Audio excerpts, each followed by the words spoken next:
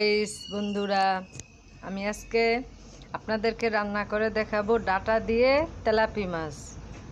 দেখেন, আমি এখানে 4 পিস মাছ নিয়েছি। এখানে দিয়ে দিলাম একটু সামান্য পরিমাণ লবণ, একটু হলুদের গুঁড়া, তারপরে একটু মরিচের গুঁড়া নিয়ে আমি সুন্দর করে মাখিয়ে নিব। মাখিয়ে নিব। মাখানো হয়ে গেলে এখন আমি চুলায় কড়াই বসিয়ে দেব। দিয়ে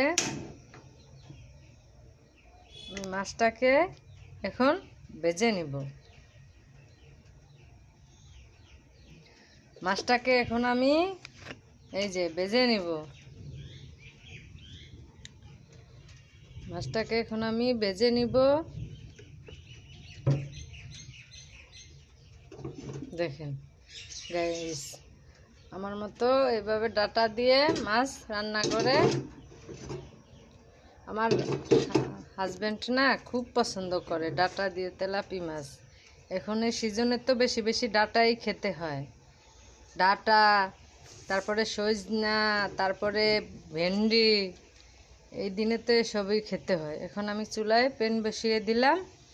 দিয়ে এখন আমি মাছটাকে ভেজে নিব। মাছটাকে এখন আমি,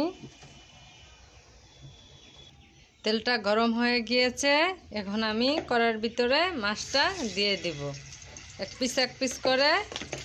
এখন আমি মাছগুলো সব দিয়ে দিব।